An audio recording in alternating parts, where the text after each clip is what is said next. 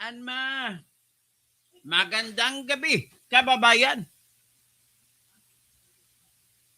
Ito po,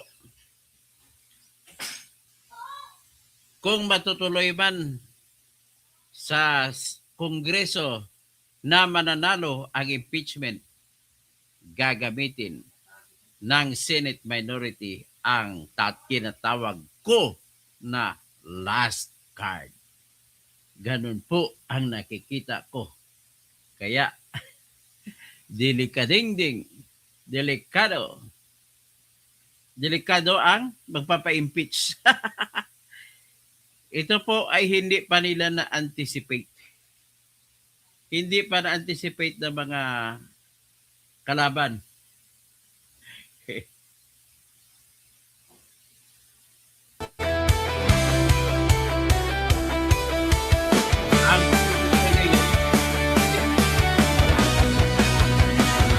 Sa Pilipinas, kilala ang tindi. Hindi kayang bayaran ni numan ang kanyang prinsipyo. Kapag may inaapi, siya ang nariyan. Kapag may bayaran, siya ang hadlang. Hindi siya tiklop sa pananakot ng iilan. Hindi siya alila ng sino mang mayaman. Kung ang kapangyarihan nila ay inaabuso, inahawin niya yan mano-mano. Kapag ang taong bayan ang nasasakal, siya ang unang sumusugot, tumatagal. Hindi pera ang sukatan ng halaga, kundi kung sino ang lumalaban para sa masa.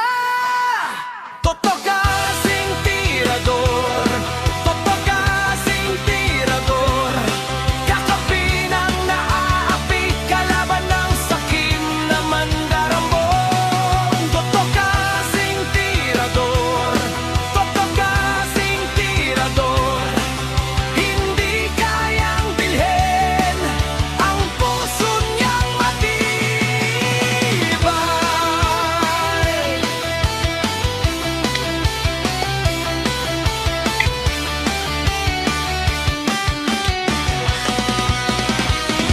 Mga magnanakaw sa pondo ng bayan, Mga kongresman, nanginginig kapag siya ang nandyan. Bawat piso, bawat sentimo, kailangang sagutin sa mata ng tao. Walang ngiti para sa mandarambong walang pwesto, para sa sumisimsim kapag ang hustisya ang pinag-uusapan. Siya ang bantay sa gitna ng laban. Kung may nilulunod ang kasinungalingan, siya ang boses na hindi tatahimik. Sa bawat galaw ng mapagsamantala may salubong na paninindigan niya.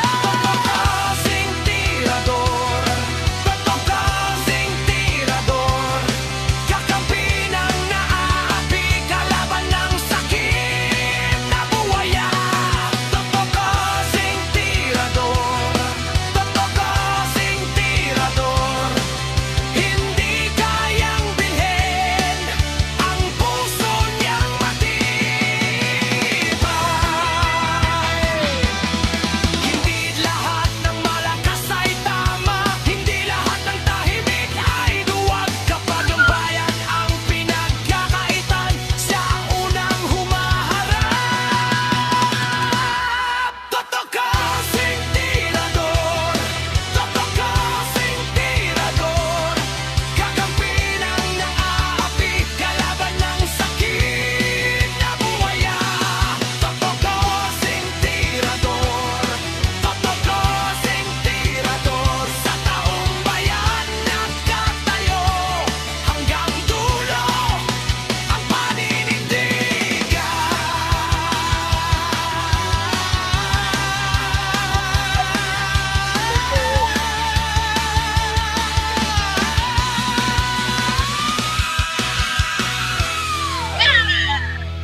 Toto kasing tirador. Tirador! Here is another. Galing naman kay Gab Adalia. Yan ay galing kay Brian Rodriguez. Ito naman galing sa mga nag-idol sa akin. Ito naman galing kay Gab Adalia. Toto Cauce, tirador, kaibigan ng lahat, tagapagtanggol ng mga naaapi, kakampi ng mamamayan, laban sa mga Ay, tiwaling sir. tao Sige lang. sa lipunan. Toto tirador, walang sinisino, mabuting kaibigan, Lahat ng mahirap mga na artista. kaaway, walang takot, sigaw ang katotohanan. Talagang Buhay na grabe. Tayo itandaya para sa inang bayan. Toto Kausing, Toto Kausing, tirador, kaibigan ng lahat, tagapagtanggol ng mga naaapi, kakampi Radyo ka ng tayo. mamamayan, laban sa mga tiwaling tao sa lipunan. Todo mirador, walang sinisino, mabuting kaibigan, mahirap na kaaway, walang takot, isigaw ang katotohanan. Buhay niya itandaya para sa inang bayan. Toto Kausing, Romel Bundok, magandang gabi po. So, maraming salamat sa inyo. Tirador! Ayan, ang apo ko, kumakanta. Pero ito lang po, magiging seryoso tayo. Rico Dalangpan Ricoleto, good evening sir. Ngayon, ganito po. Bago ko magsimula, patugtugin ko muna yung aking music na ginawa para kay Sara Duterte. Ito ay very cool. Cool lang. Very cool lang ang music. Okay. Okay, okay. High school or not? Apo ko yun, apo ko yun. Apo ko yun, Richelle. Okay. Let's check it. Okay. Let's check it now. Let us hear the music. Sara, Sara, wala nang iba. Sara, Sara lang pag-asa. Sara, Sara.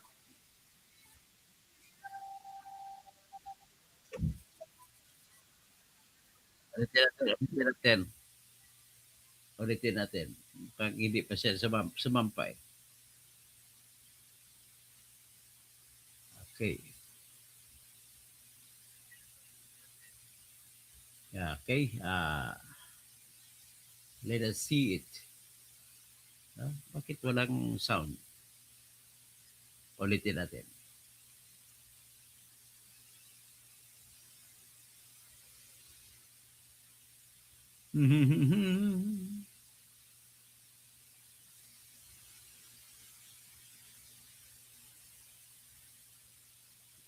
Stop screen. Screen ulit.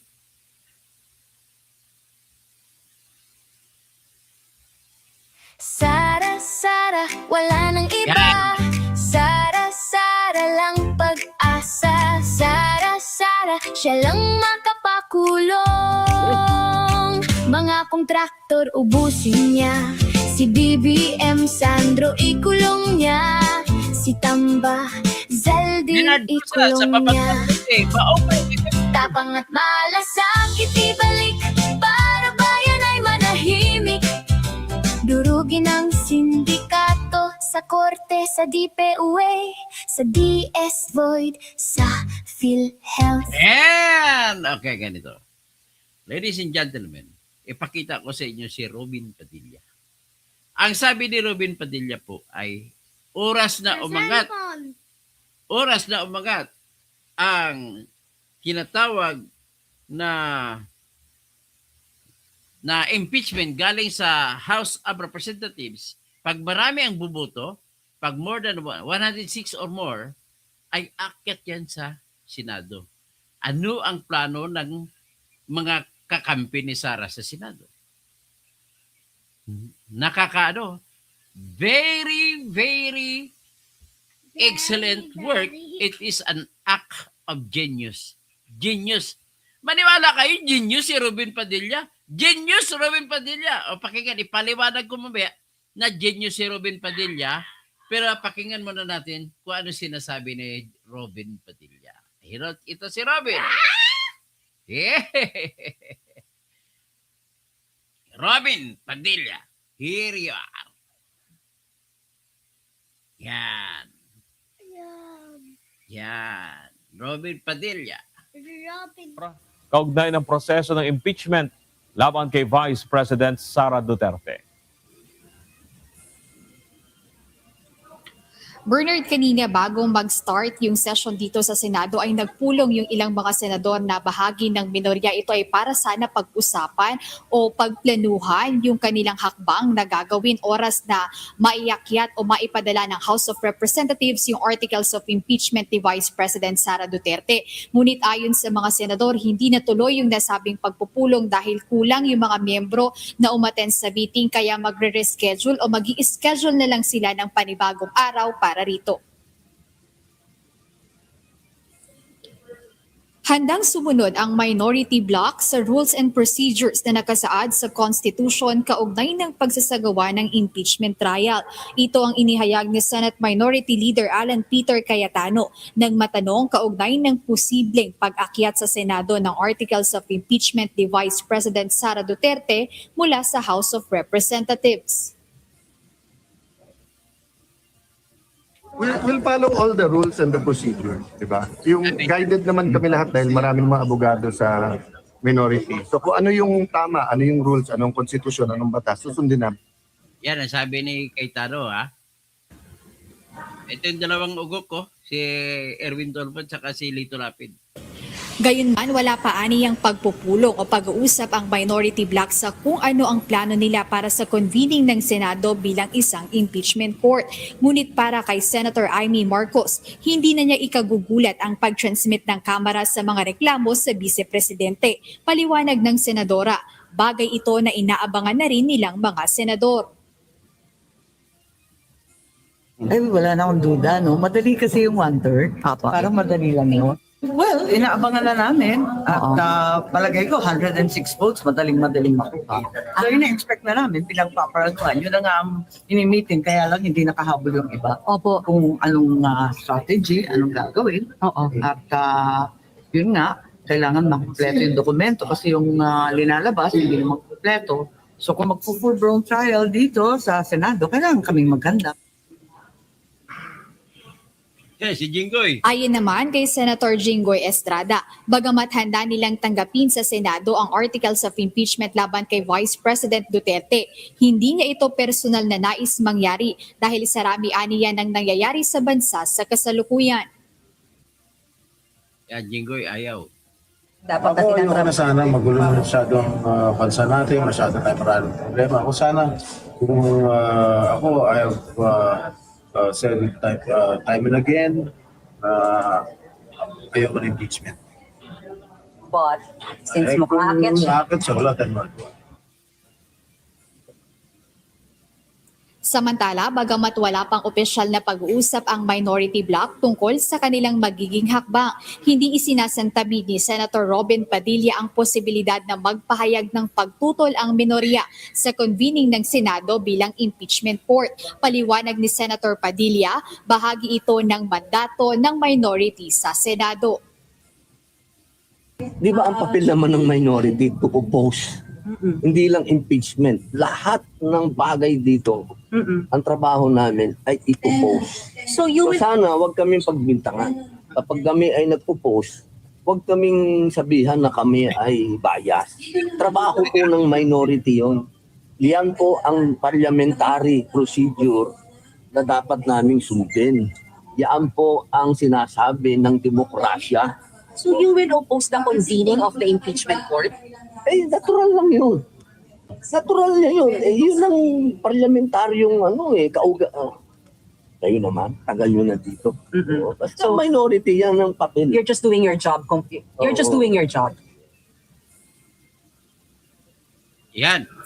Kaugnay nito, tiniyak ni Senate President Vicente Tito Soto III na handa ang Senado sa kahit anong eventualities na maaaring mangyari oras na maipadala na sa kanila ang opisyal na articles of impeachment laban kay VP Duterte.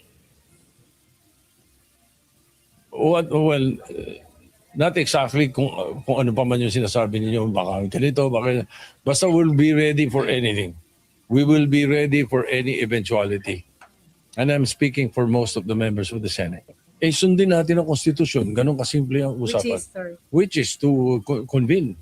And conduct Once we receive the articles of impeachment, we must convene as an impeachment court. That is part of our work. That is part of our job as Senate. Based on the Constitution, automatic yun. Trabaho namin yun.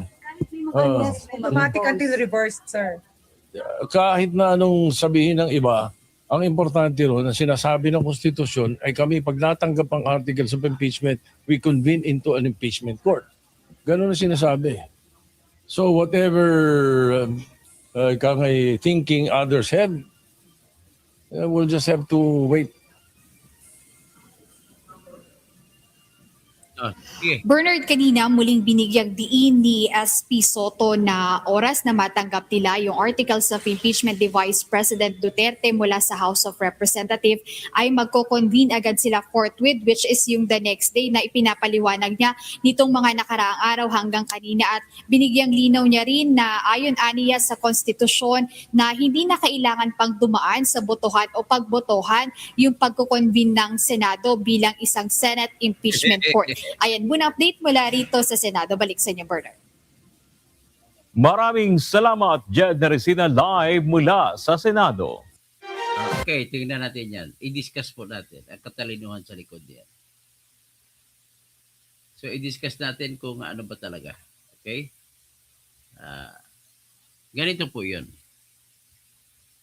Ang Constitution nagsasabi na makukunbik lamang ang hinahabla sa impeachment kung magkaroon ng boto na 16. Hindi na bali, hindi buboto ang iba. Hindi kailangan ang boto ng kontra. Ang binibilang dito, may gusto ba buboto na guilty si Sara? Yun lamang po ang bibilangin.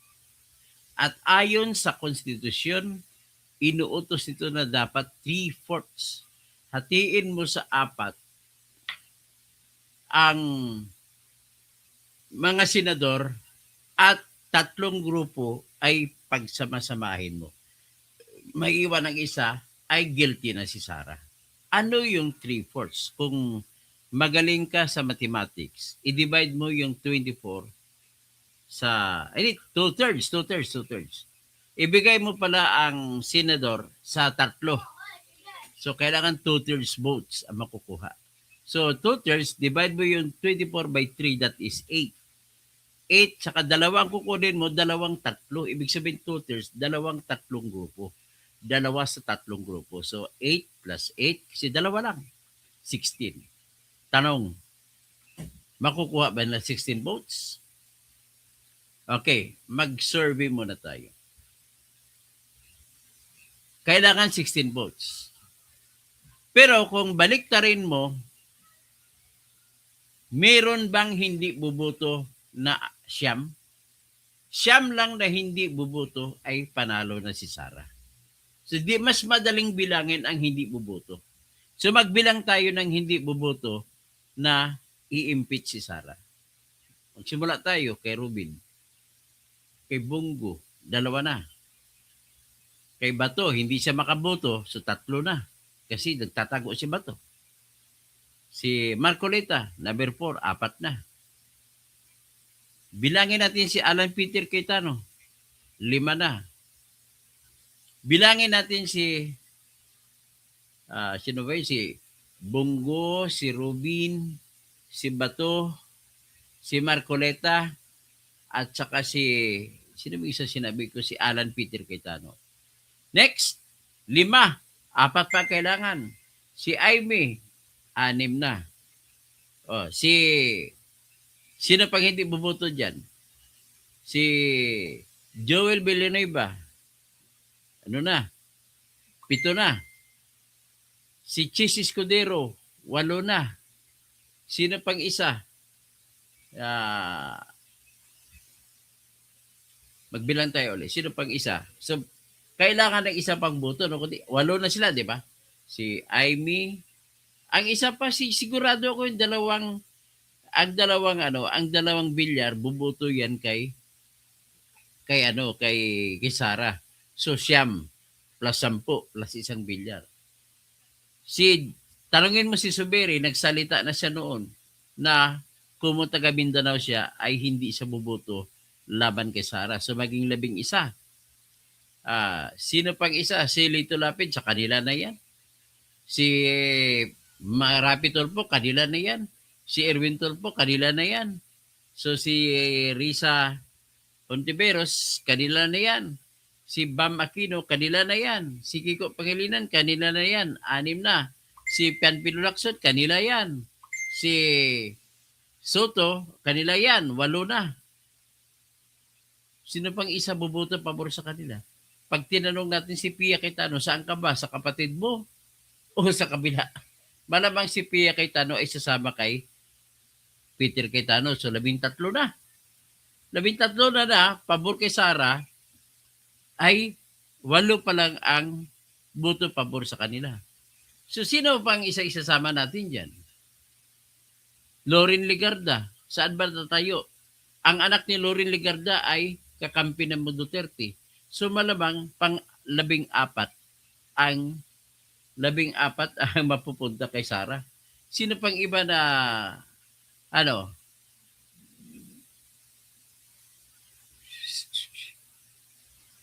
wala na. So, ibig sabihin po, sabihin na lang natin kung ganun po ang laman ng botohan, hindi mananalo ang impeachment. So ngayon, ang kailangan lamang po ni Sara ay madepensahan lang ng kunti kahit hindi naman todo na depensa yung lahat ng akusasyon. Tingnan natin kung kaya depensahan. Pero bago ko sabihin kung kaya depensahan, dito muna tayo mag-usap. Sabihin na lang natin sa minority na lang. Ang minority kasi po, Sir One ba yun si Estrada, si Ejercito pala. Oo. Sobra-sobra na. 16, saka si JB, bubuto yan. Ayaw nila kasi sa sa impeachment, kasi tatay nila na-impeach. Kaya may truma mga yan.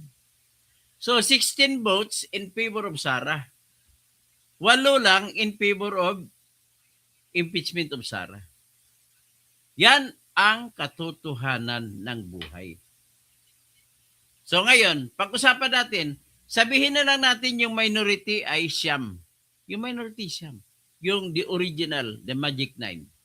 Sino bang Magic 9? Si Joel Villanueva, si Chis Escudero, si Marcoleta, si Bongo, 4, si Aimee, 5, si Bato, 6, si Ruben Padilla, 7, sino pa isa? Marcoleta ba? Basta siyam sila lahat. Okay? So sa siyam sila na minority, ano kaya ang mangyari kung talagang ipit-ipita na sabi ko last card? Ano ang last card nitong siyam? Ganito po yan. Ang last sinabi ni Robin Padilla, i-oppose nila ang pag-convene, ibig sabihin pagsimula ng impeachment. So ang tanong, kaya ba ng siyam? Kasi ang majority, 13. So siyam lang sila, kaya ba nila? Sagot, kayang-kaya. Bakit po? Ang gagawin ko, kung ako ang leader nila, ang magic mind dyan ay ganito. Magbuboykot ang siyam, hindi sila manumpa bilang senator, judge. Ano mangyayari kaya kung hindi sila manumpa, senator, judge? So, ang mangyari, 24 minus 5 ay minus 9. So, magiging 15 lang. 15 lang ang senador na nakaupo doon. Sugo ng konstitusyon ay dapat 2/3 ang boto na kailanganin para magiging guilty. Kung sa simula pa lang, nag-boycott ng siyam, 15 lang andoon at hindi makaabot 16. Kung ganon, automatic na-dismiss ng kaso.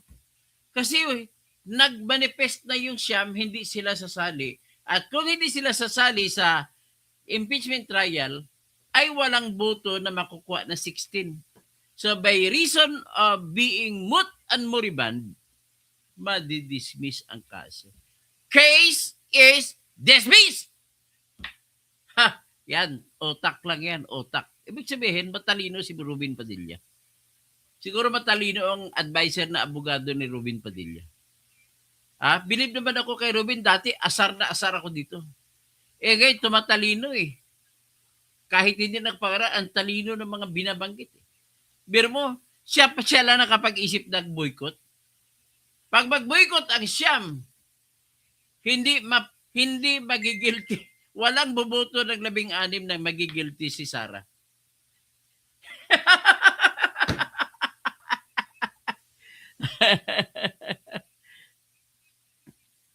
So ngayon, yan lang. Huwag na tayo kumampi sa marami pa.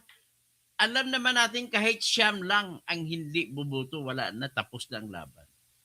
Kailangan lang nila ni Robin, upo-upo lang. Halimbawa, matuloy impeachment, upo-upo lang doon. Hanggang matapos. Hindi na sila magtatanong. Magpi-Facebook ng patago. Maglalaro ng Bingo Plus, patago, habang nagtatrial. Pagkatapos, magtawag na magboto, hindi na sila boboto. Mag-abstain na lang sila. Abstain na lang yung siyam. Pag-abstain, di kulang.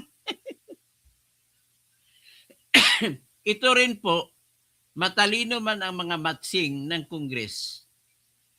Ang utak nila dyan, si Remulla, kasama dyan.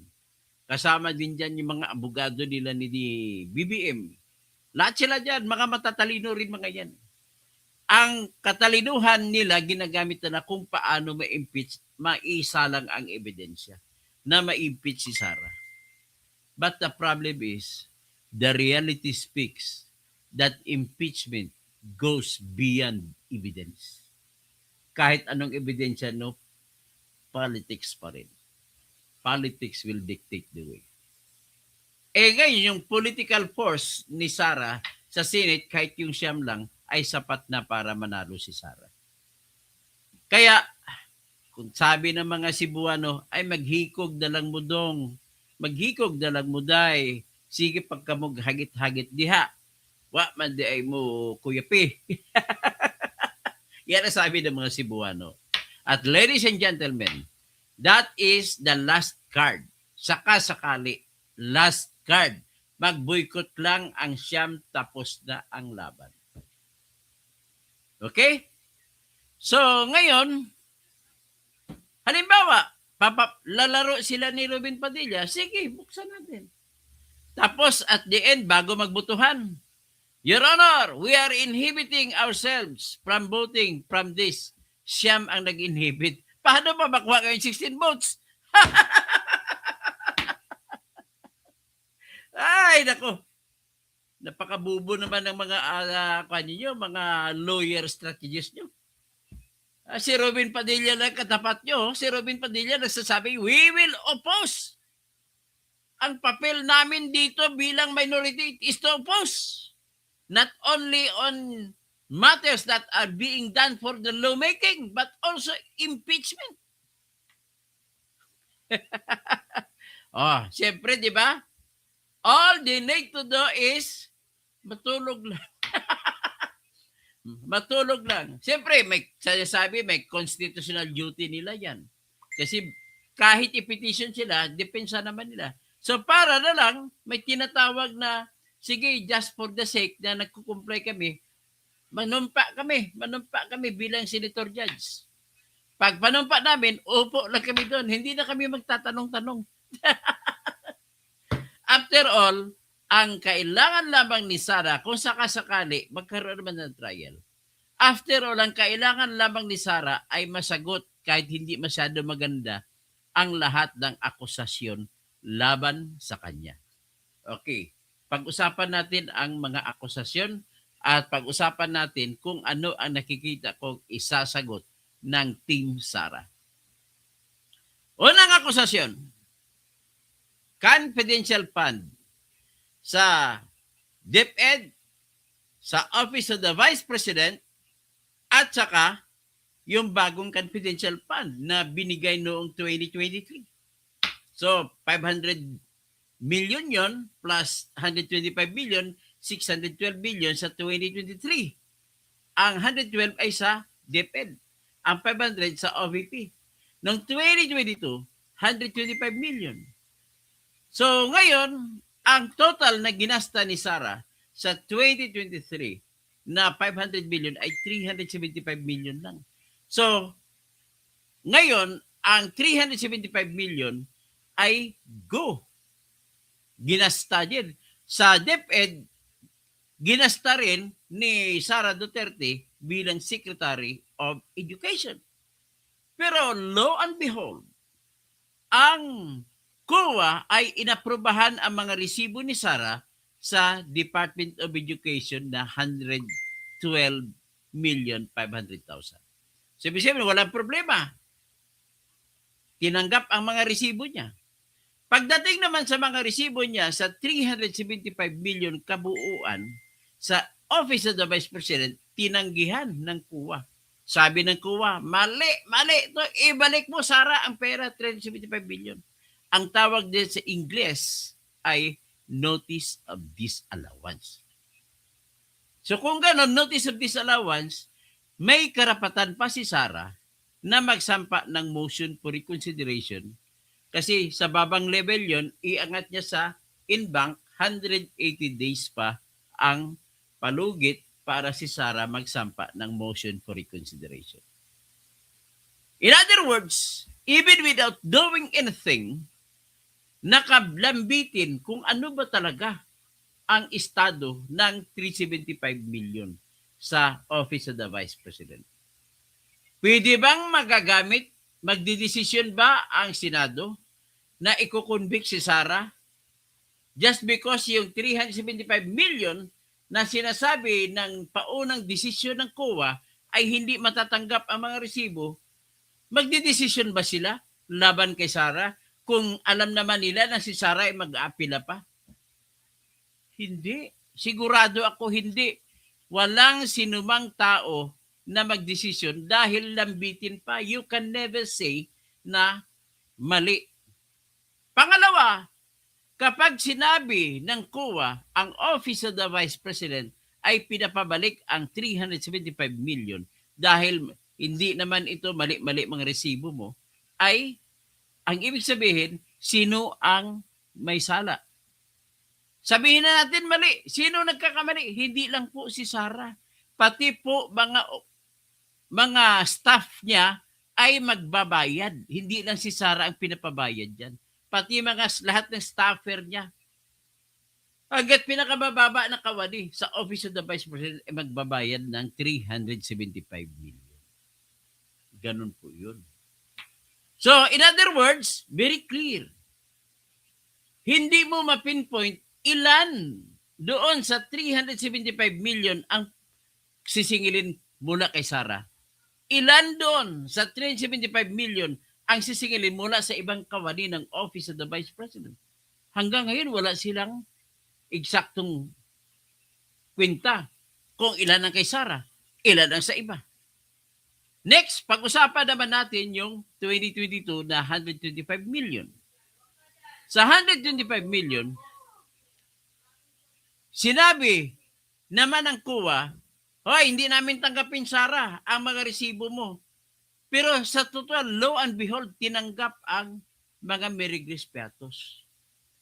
Tinanggap ng COA, pati yung mga ibang faking pangalan. Kasi nga, secret funds yun eh. You are not allowed to disclose the names of the persons who received the funds if the funds were given in secrecy in exchange for an information from the person na usually saan ka ba makakakuha ng informasyon laban sa NPA? Saan ka makakuha? Eh di siyempre kapwa, di nila NPA.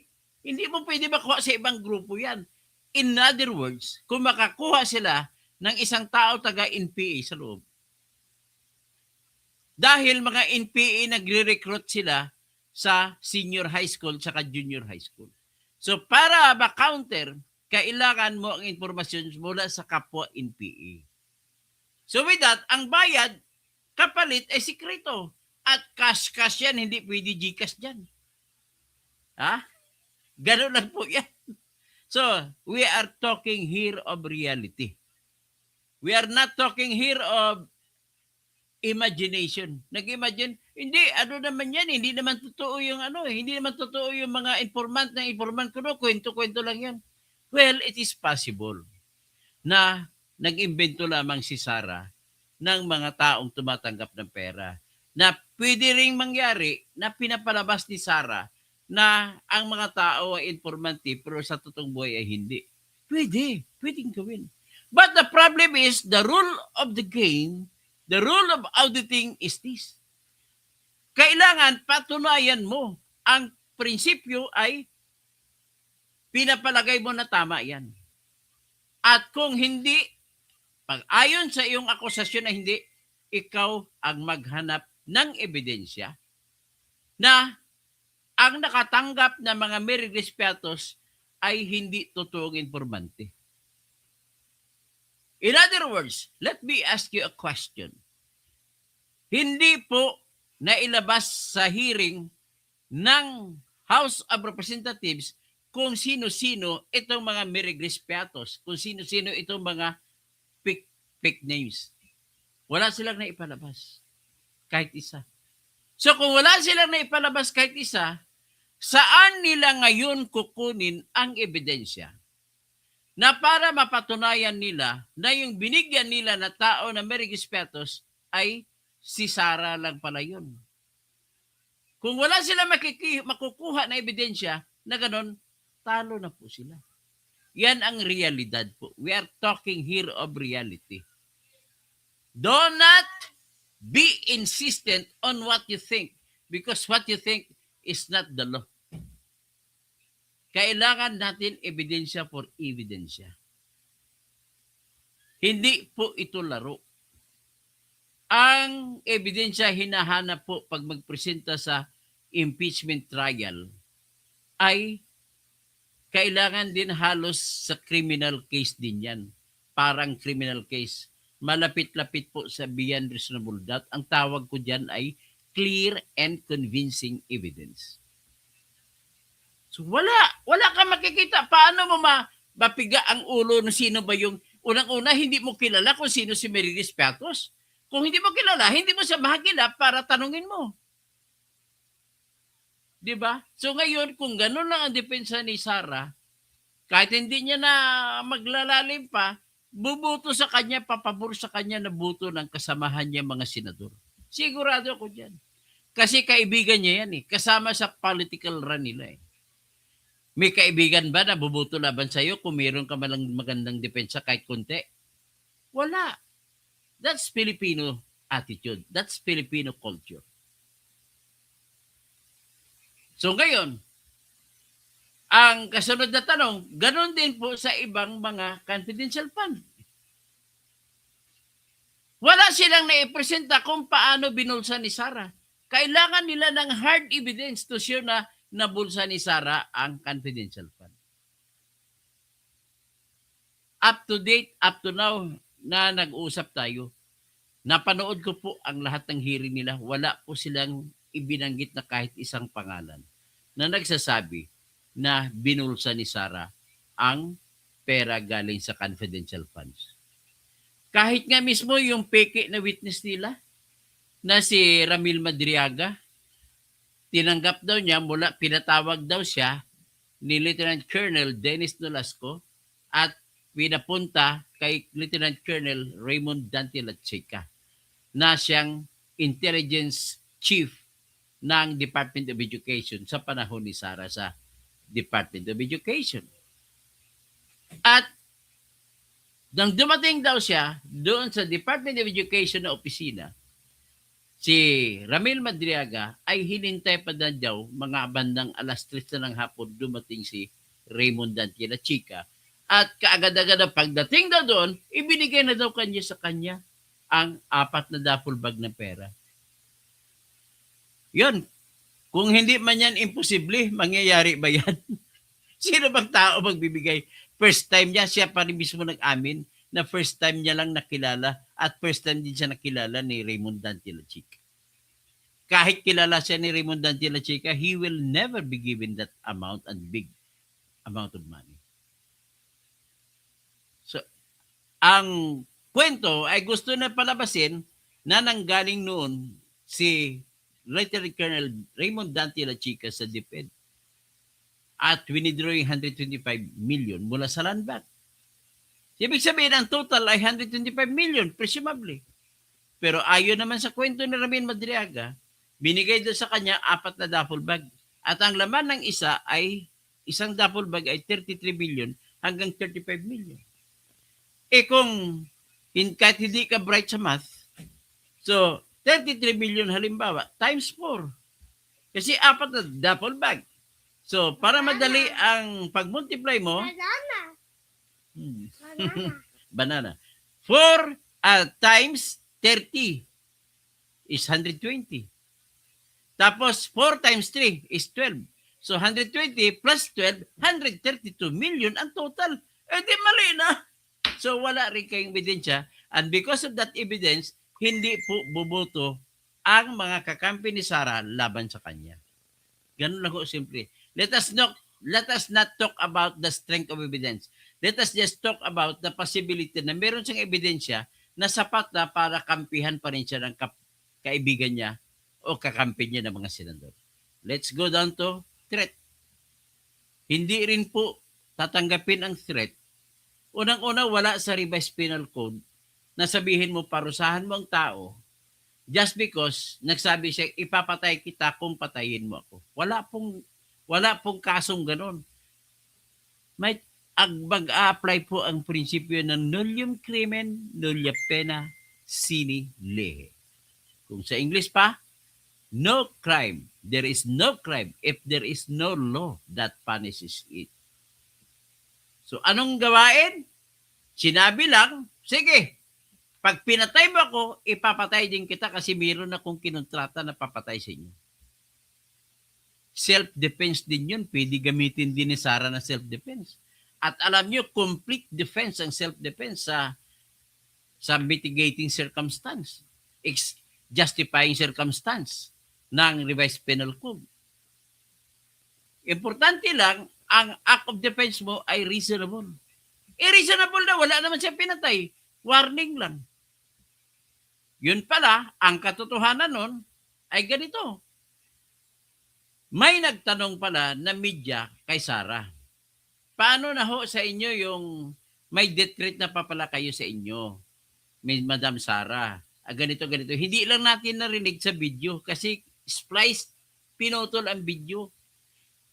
Kasi binasa ang question ng media na nagtatanong ay doon sa, makikita sa tanong sa, kaganito comment, Madam Sara, ano masasabi mo doon sa death threat laban sa iyo?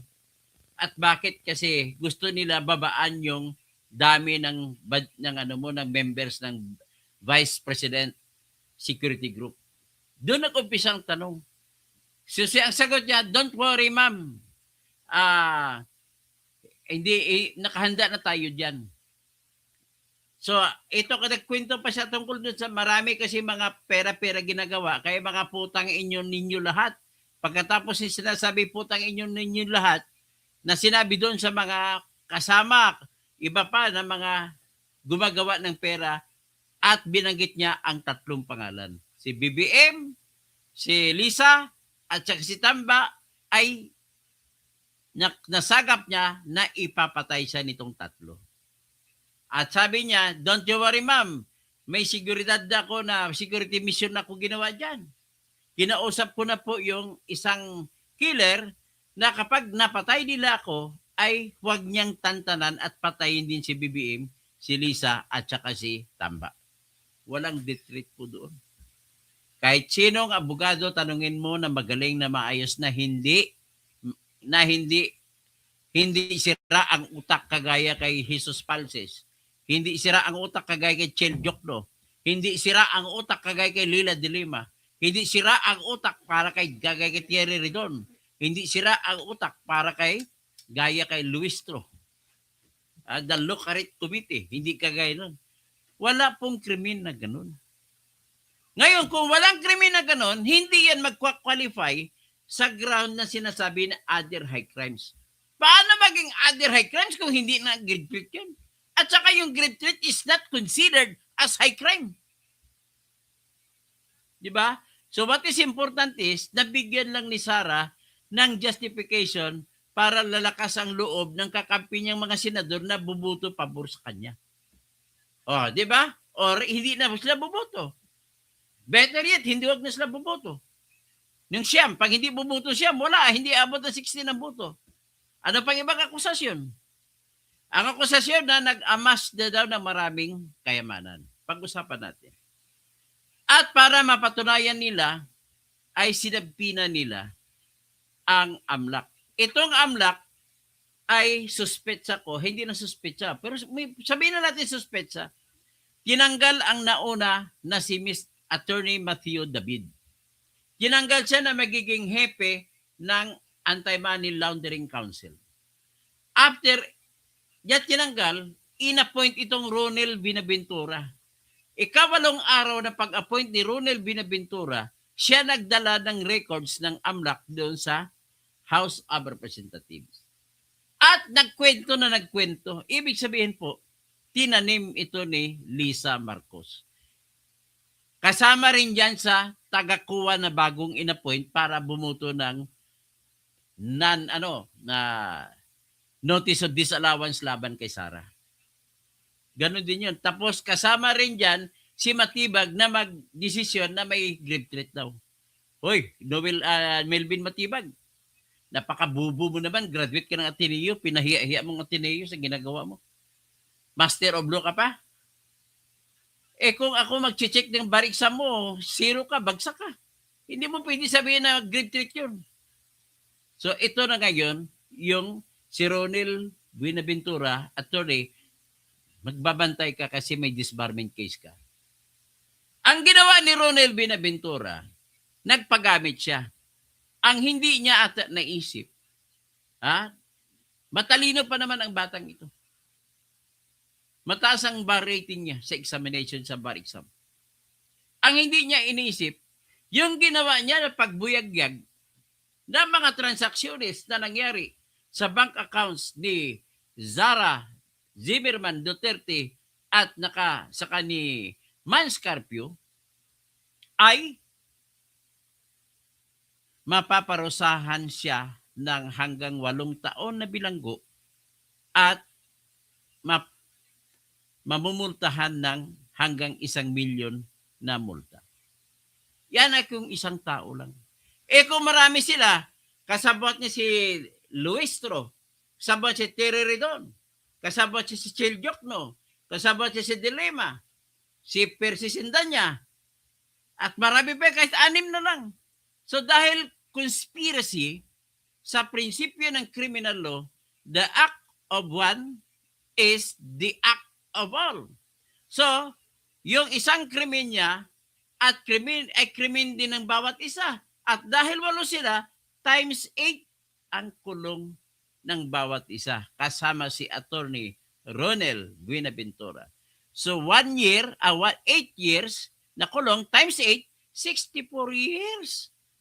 8 times 8, 64 years ang kulong mo, Ronel. Plus, plus yung 1 million na pena times 8. 8 billion. Ngayon, ang bumoto, 55. Bumoto kanina, 55 para i-impeach si Sara. Anong ibig sabihin yan? Di yung 55 ay nakapanood, nakatingin doon sa transactions na nakalagay sa AMLAC. At kung nakapanood ka at nakita mong records, may kasalanan ka na rin. So, 55 the crimin. Times 1 million, 55 billion ang bayaran ng bawat isa. At dahil 8 years, so 8 times 55. So, 8 times 50 is 400 years plus 40, 440 years ang bilanggo ng bawat isa. Sa ganun na lamang na argumento, walang ibang gagawin si Sara. Ipakita lang ni Sara ang batas. Your Honor, ayon po sa Batas Republic Act 9160, sa section as amended, dito nakalagay po sa section 8-A na bawal po ibuyagyag ang kahit sa anumang paraan, walang eksepsyon, bawal ipakita ang lahat ng transaksyunis na nakalista sa AMLAC. Walang eksepsyon yan. Ang kanya, ginawa niya. So lahat, pati nag-utos, si Luistro, lahat sila mabibilanggo at mamumultahan. Kung 55 sila kasi bumuto, times 55. So 1 million times 55, bawat isa magbabayad ng tag 55 million pesos na multa. At dahil 8 years ang kulong, 8 years times 55. 8 times 50, that is 400 years. 8 times 5, 40. 440 years ang kulong ng bawat isa. So ganoon pa lang ipresenta ni Sara, bumoto ng pabor sa kanyang kapwa, mga kakampi niyang senador. Siyam lang yun, huwag natin bilangin, di ba? Yung siyam na lang. Kasi kailangan lang ni Sara nakakampi, siyam lang. Sobra-sobra nga, kanina binilang natin. O ano pang ibang kaso. Dahil doon daw sa transactionist, nagkaroon sila, yung akusasyon na binuo na sinulat ni Atty. Chel Jokno for appropriating into for yourself the amount of 500 million or more. Check it, 500 million or more. You are guilty of impeachment ground of malversation or graft and corruption. O sisain nga natin ito kung saan kinuha. Hoy, Atty. Chel Jokno, saan mo kinuha na 500 million ninakaw ni Sara? Kung ang basihan mo lang transaksyon. Ngayon, kung hindi nila mapapatunayan kung saan, ang mga kakampi ni Sara na siyam na mga senador, iboboto lang nila, not guilty kasi hindi mapapatunayan kung saan nanggaling ang 500 billion na binabanggit ni Chel Jokno. At paano mo makukuha? 6.7 billion ang lahat ng transaksyon. Paano mo malalaman na 500 million? Ako nga, best in math ako. Nag-graduate sa high school. Civil engineer ako, licensed. Scholar ako sa Mindanao State University, Marawi. Ang average ng grade ko, pang cum laude. Hindi lang ko ng cum laude dahil may incomplete na ako nag-graduate sa surveying. Hindi ko kaya kunin kung paano maging makakakuha ng 500 ang ninakaw ni Sara mula sa transactionist na 6.7 billion. Hindi ko kaya. Kaya kung hindi ko kaya, kakantan lang, di ko kayang tanggapin. Okay. To be realistic. Samurai, makinig ka, samurai. To be realistic. Sabihin na natin, may 1 million si 7 samurai. 1 million ka. I-deposito mo ngayong umaga. Dahil lampas ng 500,000, i-report ka sa AMLAC. O si samurai, si 7 samurai, nagdeposito ng 1 million. Nakalista ka na, 1. Nakataras ka na, 1. Tapos, after 1 hour, withdraw mo 1 million. Nakataras ka ulit, 2. Ano nakalagay? 1 million. Withdrawal, pero tinutotal, 2 million na. Sa 2 million ka total, magkano yung pera mo, 7 samurai, sa bangko? Una, pinasok mo, may 1 million ka. Inong withdraw mo, magkano pera mo? Di, 0. Pero ang total mo, sa transaction mo, 2 million. Next! Dineposita mo ulit, binalik mo. So, total na ngayon, 3 transactions, 3 million. 1 million deposit, 1 million withdrawal, and another 1 million deposit. So, magiging 3 million. So, magkano nga yung pera mo sa bangko? 1 million pa rin. Pero ang total mo, 3 million. Withdraw ka ulit. Magkano na iwan sa bangko mo? 0. Pero ang total mo, dahil i-report sa AMLAC, 4 million.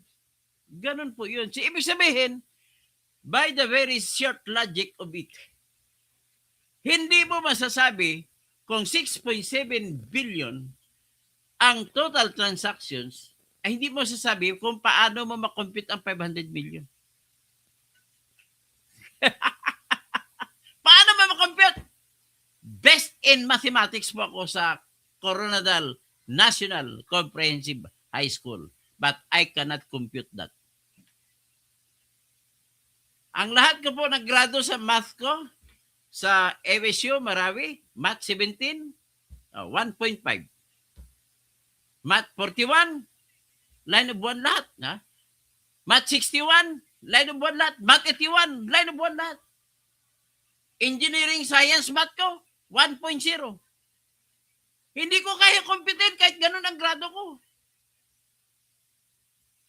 Pero maintindihan naman natin si Chiljuk, hindi naman mathematician yan. Abogado naman yan. Pero mas magaling pa palang abogado sa engineer pagdating sa math. Na-compute niya 500 million, pero may dulo 500 million or more. So paano mo ngayon mapapatunayan ang krimen na ninakaw ay 500 million or more? Ibig sabihin, hindi ka sigurado. Kung hindi ka sigurado, reasonable doubt yan. Kung criminal case yan, talo na yun. Maibabasura na yan. So ngayon, alam ko baka dito niya dito niya siguro binasi. Dahil po ang inflow kasi mga deposits, transfers napunta sa pondo ay umabot po ng sabi natin ay 4 billion. Sabi natin, hindi ko na actual ha. Tapos, ang nakasulat na outflow ay mga 2 billion lang. So, ibig sabihin, kung pagsamahin mong inflow tsaka outflow, lamang ang inflow ng 2 billion. Ibig mo sabihin, may 2 billion na pera si Sara sa bangko dahil 2 billion ang pumasok na pera na nakalista at 2 billion lang, 4 billion, tapos 2 billion lang ang nakalista na inalis. Anong sagot? Hindi po. Bakit hindi? Kasi hindi naman ni-record ang transaction na mas mababa sa 500,000 pesos. Ngayon, kung marami pa lang transaction na outflow, kaya lang less than the 499,000 lang. Multiply mo yan sa 1,000 at 499,000. Di ba? So, ibig sabihin, ang tawag diyan sa doktrina ng law ay non sequitur. It is non sequitur. Sa English ba? It does not follow. Asan ang doktrina na tinuturo mo sa College of Law ng Lasal? College of Law? Chiljuk Law? So with that, hindi mo maklaro, wala kang patunay paano mo na-conclude 500 billion pesos or more. So dahil kailangan lamang ni Sara ay manatili lang ang tiwala sa kanya ng 9 na senador, buboto ngayon ang 9 na senador na not guilty. O di kaya kahit hindi na sila buboto. Tingin na lang. So ano pang ibang akusasyon? Grave threats? Ay nasabi ko na. Wala na tayo. Amassing wealth, yung sinasabi ko kanina. Ngayon sasalin. Para magkasala si Sara sa salin, kailangan ipakita nyo kung magkano ang hindi nilista na kayamanan sa kanyang salin. Matanong ko yung kaibigan ko si Fernan. Salin niya, ganito para maintindihan nyo, i-define ko muna ko ng salin. Ang salin kada taon, pinire-require ng Constitution natin isabit ng lahat ng mga kawani ng pamahalaan. Magmula sa sa mayor, sa mga konsihal ng bayan, hanggang sa presidente, lahat magsasumiti yan. At nakalagay dyan, sa endgame, may tinatawag na neto. Magkano neto ng pera mo sa pagtapos ng taon.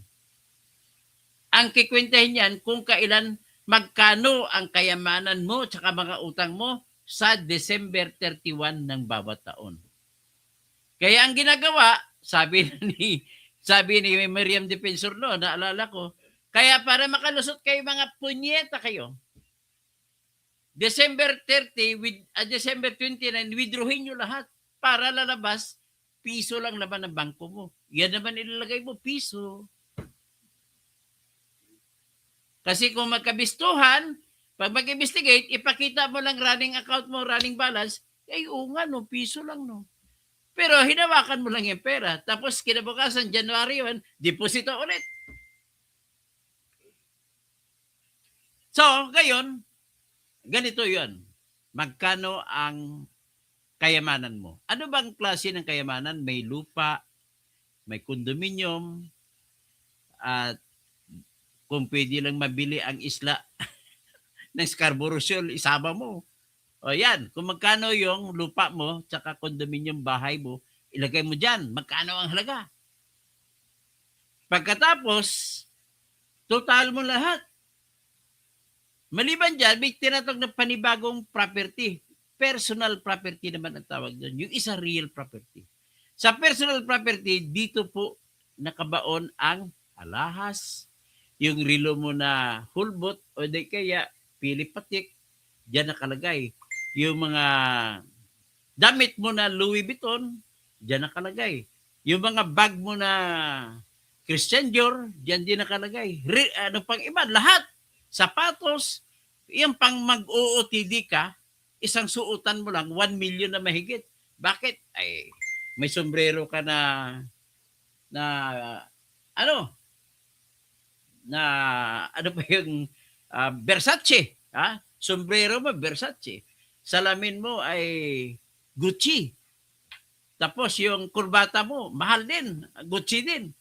Tapos yung damit mo ay mahalin yung mga Christian Dior. Tapos ang polo, yung suit mo, yung Americana mo ay nakalagay diyan TM Levin. Mahal kasi TM Levin, yan paborito ko eh. Nakabili ako niyan, isa lang. Kasi mahal eh. 20,000 isang Americana eh. So, anyway, hindi naman ako basta-basta na abogado. Nakabili naman ako TM Levin. Tapos medyas mo, pati medyas mo ay sabihin mo LV, Louis Vuitton. Tapos hindi ka nakakanta nga, luma ang brief, hawak ko ang brief. Ang brief mo, suot mo ngayon, YSL. Oh. Lahat mo dyan ay nakalinya sa tinatawag na property. O may lakos pa. O, ilagay mo sa personal property. Ngayon, ano pang personal property? Sakop niya, lahat ng kayamanan na magagalaw ay personal property. So, balik tayo ngayon sa real property, yun ang hindi po magalaw. So, kasama po sa hindi mo maitulak bahay, hindi mo maitulak bahay, hindi mo maitulak ang lupa, ay ang shares of stocks. Hindi mo pwedeng itulak ang shares of stocks. So, ganun ang sitwasyon. So, kasama, ang pera matutulak mo, mabitbit mo. So, ang pera, ang tawag ay personal property. So, pwede mo ilalagay doon sa personal property na grupo ang pera mo. Or pwede rin ihiwalay mo na cash on hand o di kaya cash in bank. Ngayon, total. Tapos, ibawas mong utang. Ang sagot, yun ang neto. Ang statement of assets, liabilities, and net worth. So ngayon, ganito, having already discussed that, I presume naiintindihan na ninyo kung anong ibig sabihin ng SALN. So, para ma-monitor ang galaw ng pera, paano yumaman ng isang opisyal ng bayan, i-require sa na maglagay. Magkano ang kayamanan mo 2022? Ito po, ang kayamanan ko total, binawas ko ng property ko, pera ko, binawas na utang ko, ang answer po ay 3 million. 3 million total, iligay. Kasunod na taon, 2023, kumita ka, may mga sweldo ka, tapos may negosyo ka, siyempre tataas din yan. So, ang total mo ngayon ay 5 million. Tapos 2024, dumaki uli, maaring ang property mo ay dati ang lupa mo na 1 hectare ay nabili mo lamang iyon na sabihin natin ay 100 pesos per hectare. That is equivalent to 100 times 10,000 square meters, that is 1 million. So, naging 200 pesos. Nagkaroon ng plus 2 million, plus 1 million ka, naging 2 million. Parang gano'n na po. Ibig sabihin, pwede ka rin yumaman ng dahil lamang sa umakyat ang halaga ng lupa mo. So, ngayon, dadagdag mo. Ngayon ang tanong, pag tinignan mo yung balance, ang tawag niyan balance o net worth, paano mo malalaman na yung pag-angat ng wealth niya ay nakaw? At ang pag-angat ng mga wealth, mayroon pa siya. Paano mo malalaman na mayroon pa siyang ibang kayamanan na hindi nalagay dyan? Ladies and gentlemen, kung pera ang pag-usapan, siguro kung may serial number ang pera, kapag hindi nasama serial number doon, siguro hindi nakaw niya. Hindi niya, tinago niya. Pero kung pera, lahat, paano mo maihiwalay yung pera na hindi sinama at ang pera sinama? Alam mo, uulitin ko naman, magaling ako sa math pero hindi ko kayang i-compute yan. Naalala ko kay Corona, natalo si Chief Justice Corona sapagkat nahiwalay na yung kanyang dollar account doon sa dollar account na yan. Kasi hiwalay. Pero kung naging peso yung nasama-sama lahat, hindi mo masasabi kung ilang peso ang hindi niya dineklara. Pero mas madali kilalanin ang hindi na deklara kung lupa. May titulo kasi. O itong titulong ito, hindi mo sinama. O madali, talo ka. Pero kung pera ang pag-usapan, sabihin mo kahit ang dami-daming pera, hindi mo ma-pinpoint na may pera na sobra na hindi mo dineklara. Unang-una, bago mo siya makukuha, ang kalaban mo ay bank secrecy law. Kailangan mo muna i-surpass ang pagbabawal ng bank secrecy law para malaman mo kung magkano pera niya. So, pwede ba yan sabihin na itong dineklara niya sa last entry, last na 2026 halimbawa, kasi April 15, dapat nag-submit na ng bagong, April 30, nagbago ng submit ng bagong SALN. Kasi every April 30, magbibigay. Mag-submit ka ng SALN mo. So ngayon, ang tanong, kung ang SALN total mo dito ay 100 million, paano ko patutunayan na meron kang property na hindi nilagay? Kailangan ko buksan kong iyong account at pag nakwenta, pag sobra 100 million ang cash, ibig mo sabihin, guilty na kasi sumobra ng 100 million. Ang laman pala, 1 billion. Guilty na ba kagad? Sa mga matalinong abogado, hindi. Bakit? Kung ako naman si Sarah, pinatago lang ko sa akin ni Fernan sa akin yan. Hindi naman aking pera yan. Wala. Hindi na ako magigilty. Sabihin ko na, pinatago sa akin. Kita mo? Ladies and gentlemen, I want to disclose to you. May client ako. Ayoko nang banggitin pangalan kasi may tinatawag na client-lawyer relationship. Kinasuhan siya. Hinabol ang kanyang kayamanan na pera sa bangko nang kumaso sa kanya. Kaya nagpalabas ng tinatawag ng writ of attachment at saka writ of garnishment. Pag ikaw ang abogado, ano ang gagawin mo para hindi ma-freeze ang pera ng client mo? Tanong. Simple lang. Mga lawyer na kikinig sa akin, simple lang yan sa atin. Simple lang. Pinawithdraw ko ang pera sa aking client. Pinawithdraw ko ang 12 million. Wala ng 12 million sa pangalan ng client ko.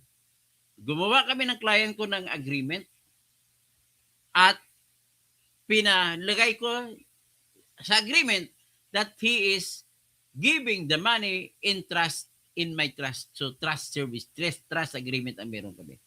So nakalagay na sa pangalan ko, may trust agreement kami. At bit-bit ko yung trust agreement, pinakita ko sa bangko, nagbukas ako ng bagong account sa pangalan ko at dineposito ko na sa pangalan ko. Ngayon, tatanggapin ng bangko yun kasi may pinanggalingan. So kung gano'n ang gagawin ko, ang tanong, nagkataon na naging abogado ako pero naging presidente ako. Ano mangyari? At nakita yung pera na yon. Sasabihin ko sa client ko yan Hindi ko lang nailista. Wala rin. Hindi rin ako, ang mga senador na yun na siyam, papaborbuto din sa akin. Hindi na natin pag-usapan kung talagang dapat guilty si Sara o hindi. Ang pag-usapan lang natin, kakampihan pa rin ba siya nung kakampi niyang senador? Siyempre, naman kakampihan siya kasi wala namang masama. Tapos isa may narinig ako kay Laila de Lima, sinabi niya na 2016 pa, hindi pa presidente vice president si Sara. Nabanggit ko, baka maging presidente, nagkamali ako ng banggit presidente. Hindi pa vice president si Sara, ay chairman siya ng isang kumpanya. Chow yung pagkain ata, Chowking ata. Tapos nakalagay siya doon, presidente siya. Sa negosyo na yun. Ngayon, ang nangyari, hanggang ngayon daw, ay siya pa rin nakalagay na presidente. At siya pa rin nakalagay sa GIS, General Information Sheet, na nakahawak ng shares. Ano ngayon na ididepensa ni Sara dyan? Simple lang po. Ay hindi lang ho napalitan, pero ang totoong may-ari na nailipat na yan sa iba. Ganun lang ho kasimple. So paano pa napatunayan? What is important is I'm just giving moral strength to my friends senators to vote in my favor. Ganun lang. Kaya ang masabi ko ngayon, the impeachment case is by whatever means dimut and moriband. Walang patutunguhan yan. Dismissed yan. Kaya ulitin ko lang, kung magkano naman, magbaliktaran man ang mundo, ang last card ng grupo ni Sara, ang siyam na senador na kakampi niya, kahit pag ano bang klaseng pag-inog ng mundo, ay ang gagawin lamang nila, alam mo, Fernan, mag-boycott lang sila. Siyam ang boycott. Ang magtitira, 15. So, paano ba ma-convict si Sara na 15 senators lang naiwan? At kailangan mo 16 votes para ma-convict. Ladies and gentlemen, ganun po ang talino ng disbarred na abogado na ito. Maraming salamat po sa inyo. At just paki-like na lang, we are just talking about reality. I'm not insisting kung tama si Sara o hindi, but I'm only telling you the truth. Reality bites. That's reality. Okay? Maraming salamat po sa inyo at may atubagin pa akong kausap. Maraming salamat.